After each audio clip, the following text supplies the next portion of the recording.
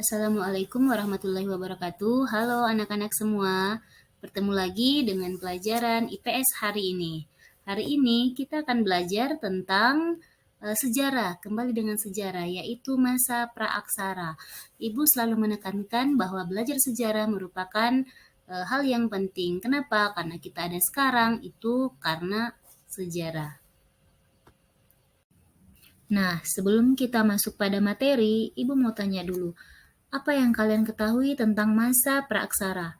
Tentunya kalian sudah membaca modul yang telah Ibu berikan minggu lalu kan ya. Jadi, sekarang Ibu akan tanya, apa yang kamu ketahui tentang masa praaksara berdasarkan dari pengetahuan yang telah kamu ketahui dari buku yang telah kalian baca. Nah, benar sekali. Masa praaksara adalah masa sebelum manusia mengenal tulisan. Jadi itu adalah masa yang paling awal di mana memang manusia belum sama sekali mengenal yang namanya tulisan-tulisan seperti yang kalian sudah pelajari sekarang dan sudah mengetahui jenis-jenis tulisan sekarang. Masa praaksara itu adalah masa sebelum manusia belum sama sekali mengenal tulisan. Adapun pembagian masa praaksara itu terdiri atas dua, yaitu periodisasi secara geologis dan periodisasi secara arkeologis.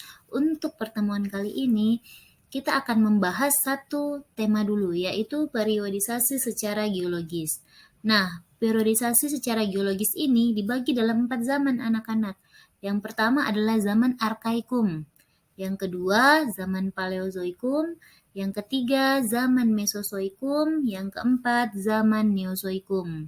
Keempat zaman ini wajib kalian ketahui, karena keempat zaman ini menjadi tujuan pembelajaran kita pada hari ini. Zaman yang pertama, kita mulai dari zaman Arkaikum. Ciri-ciri pada zaman Arkaikum ini adalah bumi masih sangat panas. Kemudian karena bumi masih sangat panas, maka tidak ada kehidupan yang ada di bumi. Karena suhu bumi itu masih sangat-sangat panas dan tidak memungkinkan ada kehidupan pada masa itu. Makanya disebut zaman Arkaikum. Ciri-cirinya ada dua, yaitu bumi masih sangat panas, yang kedua belum ada sama sekali kehidupan. Jadi belum ada nenek moyang ataupun manusia sama sekali. Jangankan manusia, tumbuhan pun belum ada.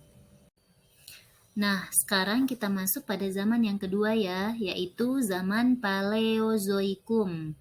Pada zaman Paleozoikum ini disebut juga sebagai zaman primer atau zaman yang utama, yang pokok, yang pertama.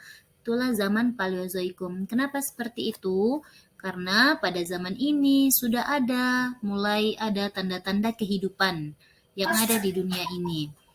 Yang pertama adalah sudah munculnya hewan-hewan amfibi. Yang kedua, sudah ada tumbuh-tumbuhan lumut, ganggang, dan sudah muncul ikan-ikan yang ada di perairan dan juga di lautan. Sekarang kita masuk di zaman yang ketiga ya. Jadi, zaman yang ketiga itu adalah zaman Mesozoikum. Zaman Mesozoikum ini disebut juga sebagai zaman reptil. Pada zaman ini, hiduplah binatang-binatang bertubuh besar, seperti dinosaurus, kemudian hewan-hewan mamalia bertubuh besar, kemudian ada juga gajah purba. Jadi, pada zaman ini identik dengan hewan-hewan yang bertubuh besar, yang biasa kalian kenal dan kalian kenali dengan sebutan dinosaurus dan kawan-kawannya. Nah, untuk zaman yang terakhir atau yang keempat adalah zaman Neozoikum. Ciri-ciri pada zaman Neozoikum ini adalah sudah muncul kera dan juga manusia purba. Baiklah anak-anak, hari ini kita telah mempelajari 4 zaman berdasarkan periodisasi sejarah masa praaksara secara geologis. Ibu ulangi ya, ada 4 zaman. Zaman yang pertama adalah ya zaman Arkaikum, ciri-cirinya itu bumi masih sangat panas, belum ada kehidupan. Yang kedua, ada zaman Paleozoikum yang biasa disebut juga dengan zaman primer karena sudah muncul tanda-tanda kehidupan pada masa itu. Yang ketiga, ada zaman Mesozoikum. Pada zaman itu muncul binatang-binatang bertubuh besar. Yang keempat, ada zaman Neozoikum. Pada zaman ini sudah mulai muncul kera dan manusia purba. Untuk lebih mendalami materi kita pada hari ini, mari kita bernyanyi bersama-sama tentang pembagian zaman berdasarkan periodisasi secara geologis. Ayo ikuti Ibu ya semuanya.